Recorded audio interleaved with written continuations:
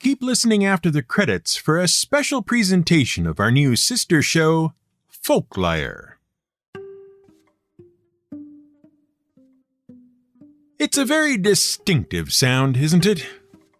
You'll know exactly when you've heard a whip by its distinctive cracking sound, which is why they call it a whip crack. Nothing else really sounds like it when it's done properly. And of course, we all know by now that the cracking sound is made by part of the whip moving faster than the speed of sound, causing a small sonic boom. But almost no one calls it a whip boom instead. Surprisingly, it took until 1958 to actually confirm that the noise was made by a sonic boom. Also, you'll probably have picked up by now the amazing bit of trivia that the whip, since it has existed for so long in human history that its true origins are lost somewhere in prehistory, was, without a doubt, the fastest man-made object to exist up until the late 19th and early 20th century, when the muzzle velocity of firearms finally exceeded the speed of sound. And then, of course, there's that trilogy, yes, trilogy, of films starring Harrison Ford as the world's least instructive archaeologist. Capable of almost anything, he employed a whip to get him out of jam after jam and inspired a generation of moviegoers to take up the whip, and then put it down again just as quickly when it turned out to be more Cross of Coronado action than Last Ark of the Covenant. Oh, and we dare to say that at 3 gold pieces and 1d4 slashing damage, the whip is not the first weapon of choice among your standard Dungeons & Dragons 5th edition crowd. Not only that, but it's also hard to optimize for without some special shenanigans, so the min-maxers tend to leave it alone. All in all, probably the least used basic weapon in the game. If you're really up on your specialist whip knowledge, and be mindful there are children present, you'll know names like Bullwhip and Cat o' Nine Tails, and maybe even have an inkling about the self-flagellating monks of yore. But we reckon that's about where whip knowledge stops for most people. Maybe you're happy with that. Maybe that's all you need to know. Maybe your curiosity is satisfied. But not ours. See, the problem is, whips are, like many things we've covered over the years, about much more than you'll find in the movies and in your light reading. Their uses are as varied as their forms, and there's a whole world of whips out there to get your teeth into if you so choose. So what we propose is this. If you can prevent yourself from cracking wise about whips and their more esoteric uses, we promise to fill your ears with more information than you knew was available about whips, so that in turn, you can surprise not only your dinner guests, but also your players, by whipping out your newfound knowledge of the myriad ways whips have been made, developed, and used over the long centuries of their existence. And if you can agree to that, we can get cracking. This is GM Word of the Week, and I'm Fiddleback. It's all about sheep again. Well, technically, it's about all livestock everywhere, but we're going to use sheep as our example once again, so bear with us. See, the reason we need the sheep is, if we're going to talk about the history and usage of the whip, we need to talk about why it came into use in the first place, and why that happened so far back in time that no one thought to write it down. Again. Which is, of course, because no one really knew how to write that far back. Picture, if you will, a primitive example of early humans. In the period we're interested in, they've pretty well got the hang of animal husbandry, if not exactly on a grand scale. They've worked out that the more livestock you have, the more secure you are in terms of food and material. But what they haven't quite worked out is how to control a large number of animals all in one go. You can just about wrangle 3 or so sheep with relatively few problems. But too many more than that, and all of a sudden you're constantly chasing sheep all over the countryside as first one group and then another gets confused about what it is you want them to do, say move into a little stone pen, and how you want them to do it. And sure, when it comes to sheep, mankind learned to work with dogs and each other in order to kind of keep the flocks under control and moving in the right direction. Fair enough. But in other places and at other times, other solutions were needed. it might not have been possible to get everyone together to move the sheep up the road to the next pasture, or it might have been difficult to train dogs. And remember, these example sheep are just that, an example, standing in for all livestock everywhere. So with a particular set of livestock-based creatures, you needed a handy way to move them about as at least a partially semi-organized group. Some way to keep some of them from running off in one direction and others of them from running off in the other direction at the same time. It's a lot of work for one person to keep all the herds, flocks, and other collective nouns all together and, importantly, safe. Now, the thing to know about this problem is that different places came up with different solutions, but crucially, they were all very similar and could all come under the classification of a whip. And you'll have seen most of the solutions in the present day, but probably you didn't know they were all essentially whips. The idea is that by waving something around in the air with a certain amount of specific intent, you can make it make a noise, either by striking something with it, or simply because the motion induces a noise by virtue of the speed at which it moves. Of course, it is unpleasant to be struck with a whip of any sort, and here, remember our agreement. So the earliest forms of whips were used to strike animals in order to get them to comply with your intent. If you want a sheep to move to the left, strike it on the right, and it will sure enough move away from the side on which it was struck. Horse being a bit slow, whip it in the rear to encourage it forward. And yes, to our modern sensibilities, striking an animal with a whip is considered an act of cruelty. But even back in the earliest days, it probably wouldn't have taken very long to realize that really hitting anything hard enough to physically hurt it was a bad idea, if for no other reason than that you now had damaged goods. And you certainly would have a rather ticked-off animal, very unwilling to be around you and do what you wanted. Once people worked out how to crack a whip, which, remember, involves making a very loud supersonic noise, it became apparent that the noise was sufficient to get an animal moving. You didn't and don't actually have to strike it. You just need to make the noise in a location that you want the animal to move away from, and they will. And the longer you make the traditional whip, the more reach you had, and therefore were able to control a larger group of animals. But that considers only the most familiar type of whip, those made of long strands of leather woven together to form a stiff handle with a long, flexible lead. Other types of whips also exist. For example, the riding crop is a type of whip. Sure, it doesn't look like you expect a whip to look, but it fulfills the same function and even retains the flexible bit attached to a stiff handle.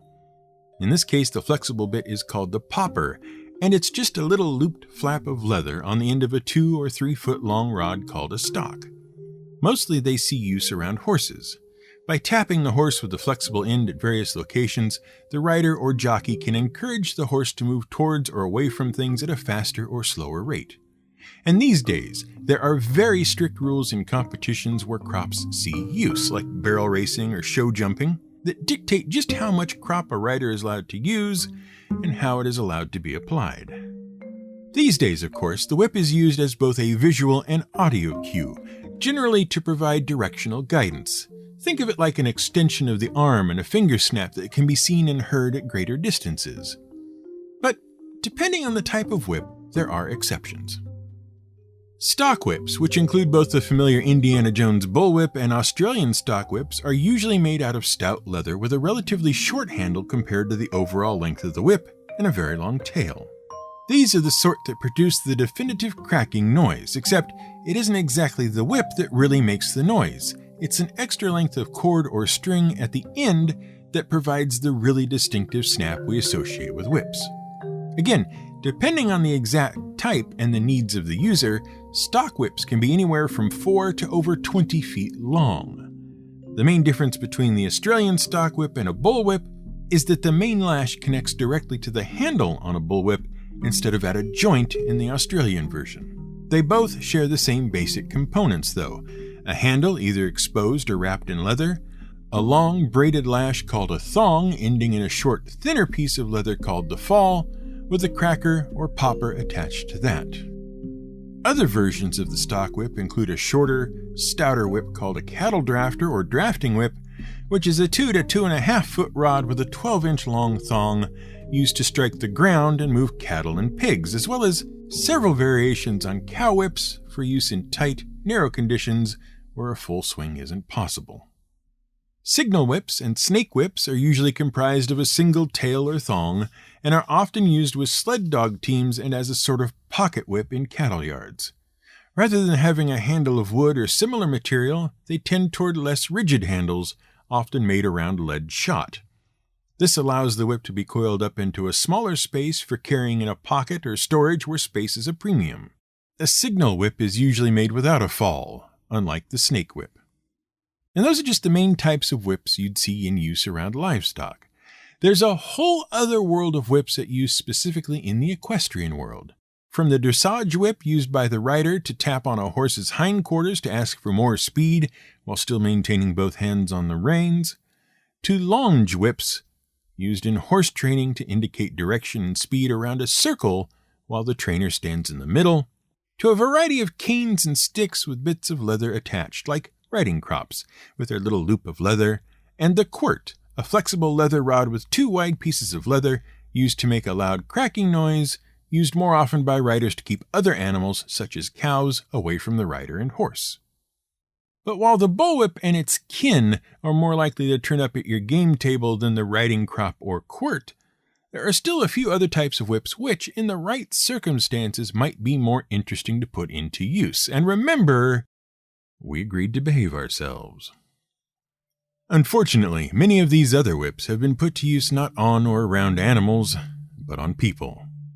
We as a species tend to find ways to inflict pain and injury on one another, but it pays to remember that it is us who do it. You can't really blame the tool for the use it is put to. And as always, it may not be right, it may not be fair, but it happened. A cat o' nine tails is a 9-tailed flail used by the British Army and Royal Navy as a form of physical punishment to keep the troops in line. Probably it was called a cat o' nine tails because of the distinctive claw-like marks it leaves on the body. There are 9 2.5 foot long knotted cotton cords connected by a thick cotton handle. Usually, at least in the Navy, it was made out of rope thicker than a man's wrist, which was cut off at a 5-foot length and then unraveled sufficiently to make the cords. Each cord would be knotted along its length. Sailors could be whipped for any number of infractions. On board a ship, the captain was the law, and breaking any of the written or unwritten rules of a given captain's ship could result in corporal punishment. Drunkenness on duty or off, dereliction of duty, or striking an officer might all result in as many as 12 lashes from the cat, which, given the more serious punishments on hand, might have been getting off lucky. Records show that following formal court-martial, some sailors received punishments ranging from 200 lashes for desertion up to 500 for theft. One court-martial in the 18th century shows that one man was sentenced to 1,000 lashes, a punishment as good as a death sentence. His offense? Sodomy. Fortunately, if you were a young offender, you got off lightly. Oh, you'd get the same number of lashes, sure, but you only got the 5-tailed cat, and rather than taking them on the back as an adult did, you were lashed on the bottom instead, which was, of course, fine and normal and proper in that day and age. At least you weren't being flogged around the fleet. A man convicted of sedition or mutiny might be sentenced to an extraordinary number of lashes to be carried out a little at a time on every ship of the fleet, under the supervision of a doctor who determined when a particular flogging had been enough. The sailor's sentence could sometimes take months to carry out, depending on where every element of the fleet was located. It was generally considered that anywhere from 250 to 500 lashes were enough to kill a man, as infection would spread between the wounds, so naturally steps were taken to prevent the offender from dying before his sentence was completed. Once sufficiently flogged on a given ship, the wounds would be bathed in seawater or brine, literally rubbing salt into the wounds, which is where that expression comes from. Cat o' nine tails were used in the Navy, the Army, in prisons even into the 20th century, and in colonial Australia, when it was still a penal colony, when each cord had a lead weight added to the end of it, just to make sure the offender didn't offend again. In South Africa, 3 to 5 foot long flexible whip-like rods were made by using hippopotamus or rhino hide. Originally intended for use on tough, thick-skinned oxen, the sjambok soon found use by the South African police force against rioters and protesters during the apartheid era, though it has also been used as a judiciary punishment well before that. And the less said about the scourge and its related cousin the knot, the better. Both were whips which incorporated as part of their design bones, metal, stones, or other hard objects at the end of the thongs so as to better remove the flesh from the victim's back. A popular punishment choice for those, from Roman governors to slave owners, wishing to permanently mark someone as an example of their authority. But even with all that, a whip is a difficult weapon to use in combat anywhere beyond the game table, which is not to say there are those who don't. The Manggarai people of Indonesia practice both whip fighting as a ceremonial exercise and whip boxing as a sport. And in the Philippines, Latigo Idaga was formalized as a martial art focusing on flexible weapons like the whip in 1987. But perhaps the most impressive use of the whip as a weapon is the arumi. Imagine a sword with a blade so thin and flexible that it has very little actual rigidity. It just sort of flops over when not in motion. Then imagine one in each hand. And further, imagine that each sword is actually made up of multiple such blades, and all of it is controlled by someone dancing and twirling around in a complicated motion designed to keep the blades moving at all times and creating an almost impenetrable barrier around them. And it's all razor sharp. It's the very last thing taught in the Indian martial art called Kalaripayattu, because you have to know and understand literally every other weapon to be effective with an arumi. Look it up on YouTube. It's very impressive. And you won't find that in your player's handbook.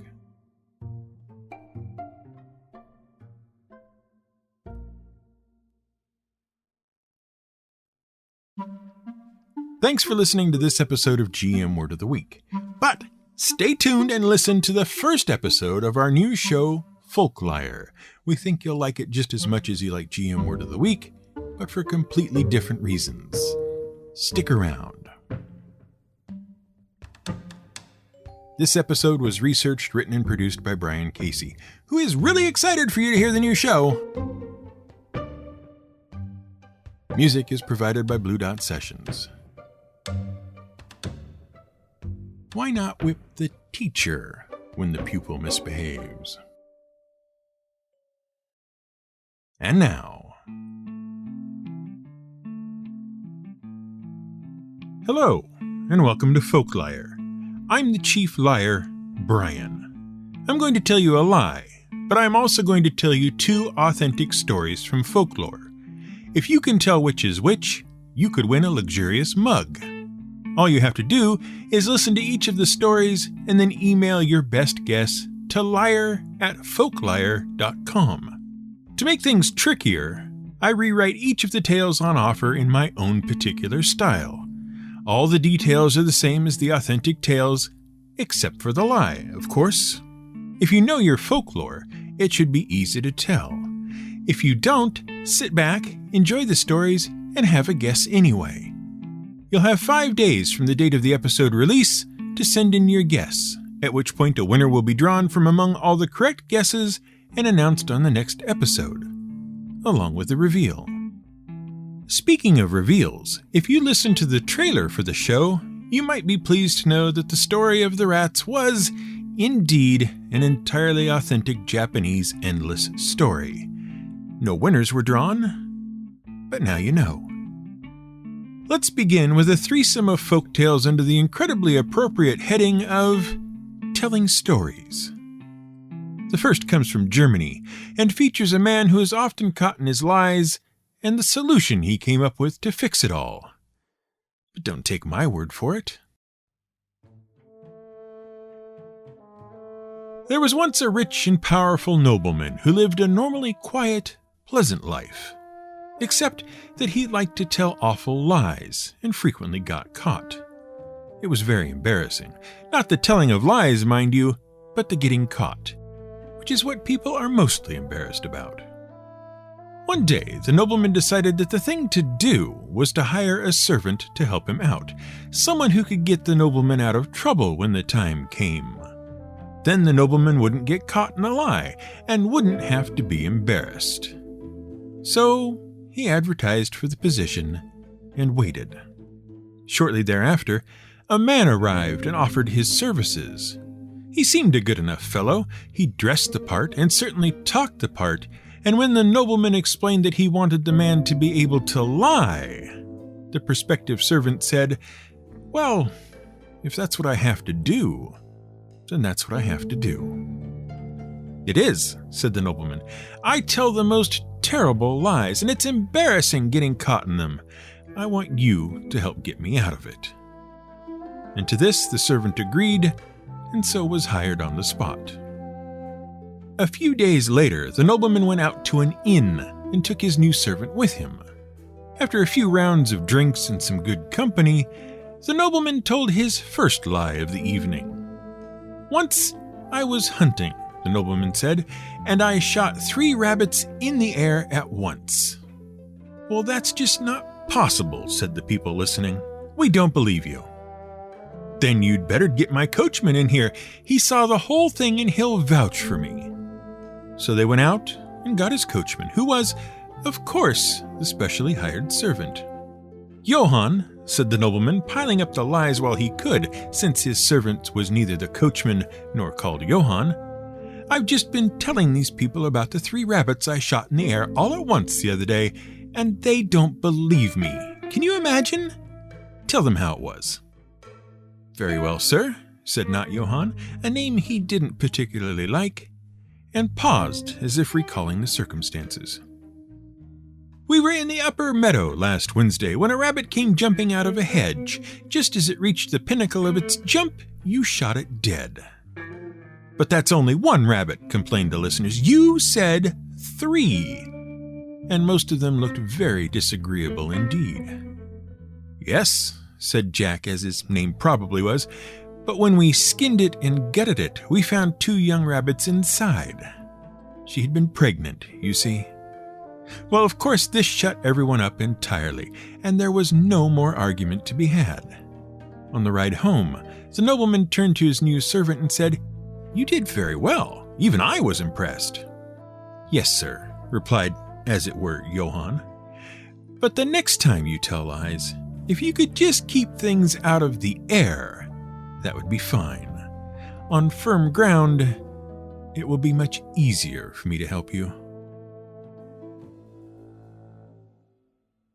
Our next story is from Norway, or so I claim, and is about a man, a godly man, who thinks he is far more important than he is. Once there was a parson. Now, parsons are supposed to be amiable older people who spend most of their time tending to the needs of their flock in their assigned parish. But not this parson. No, this parson thought he was very important. In fact, he often thought he was the most important person around and would ride around shouting at people. As soon as he saw anyone on the road ahead of him, he would start in, "Off the road, off the road! Here comes the parson himself! Get off the road!" And carry on doing that until the other party moved aside and made room for him to go by.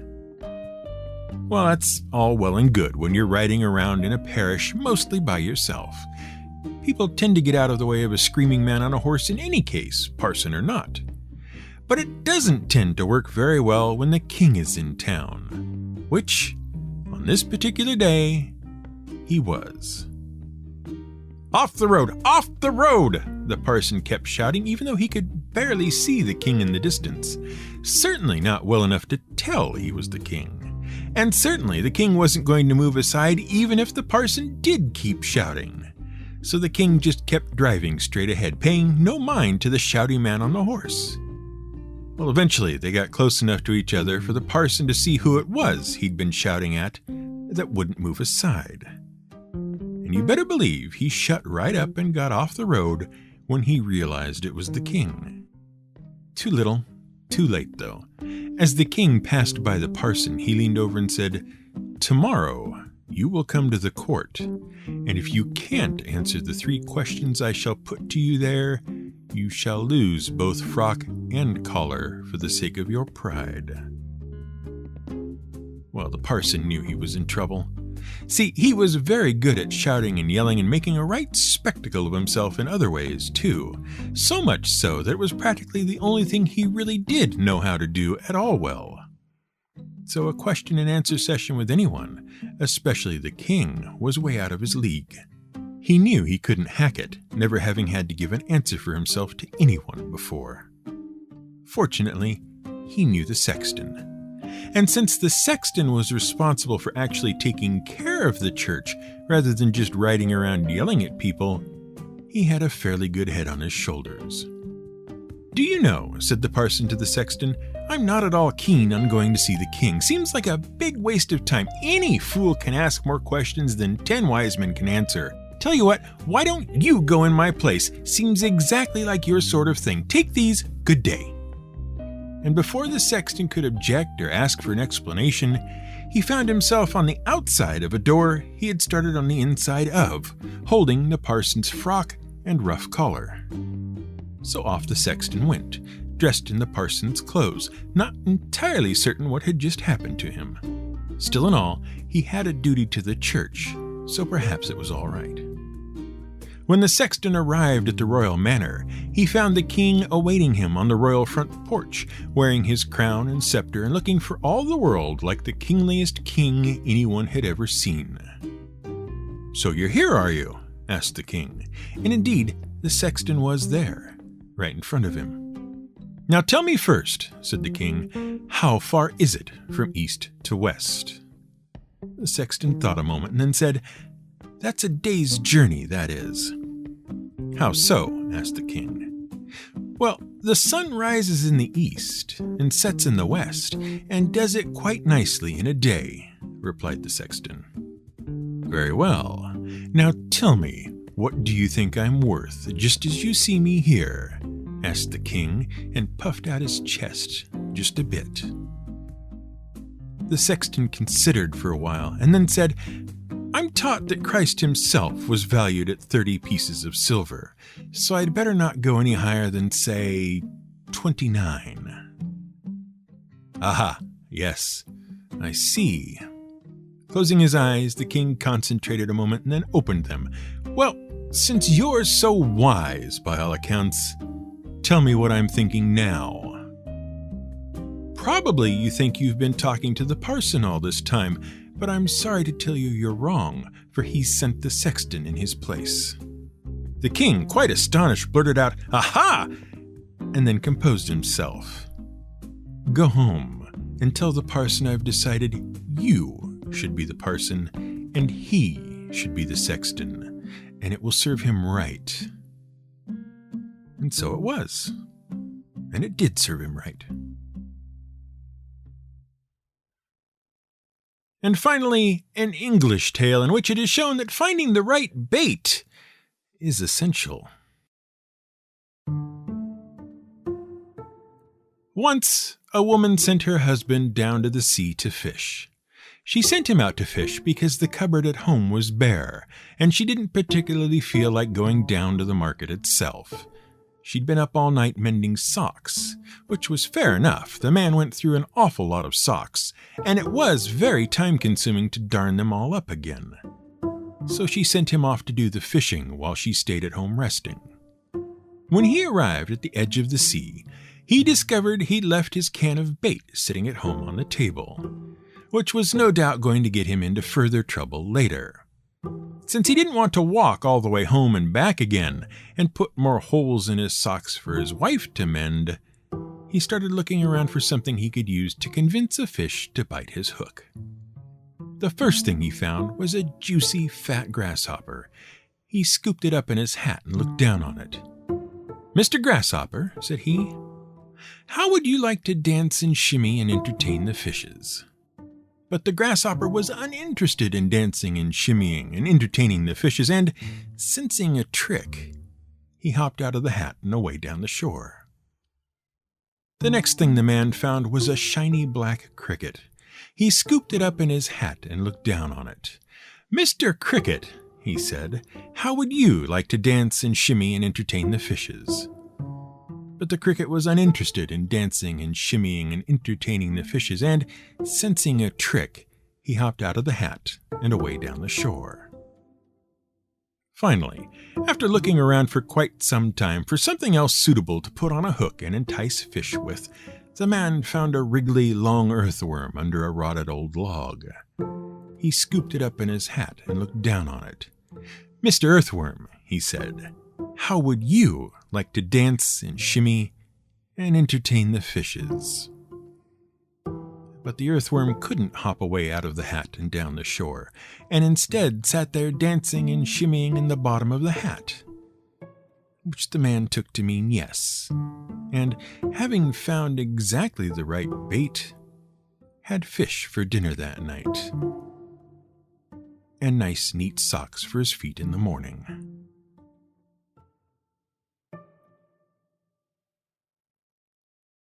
Well, that was an excellent first effort, but what did you think?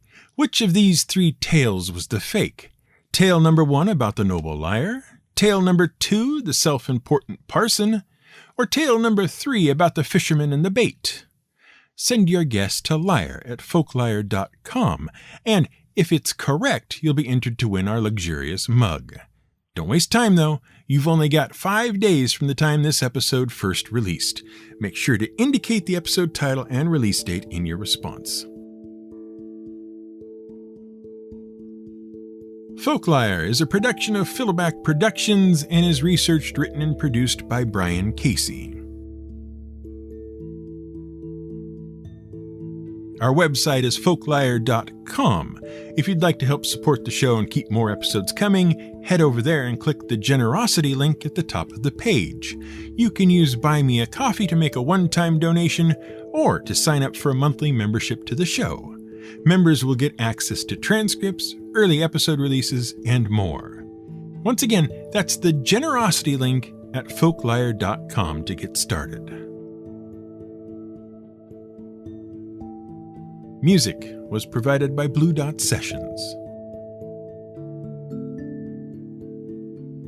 Our luxurious mug prize is awarded by random draw from among all correct entries.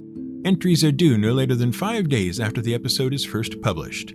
1 entry per person, please.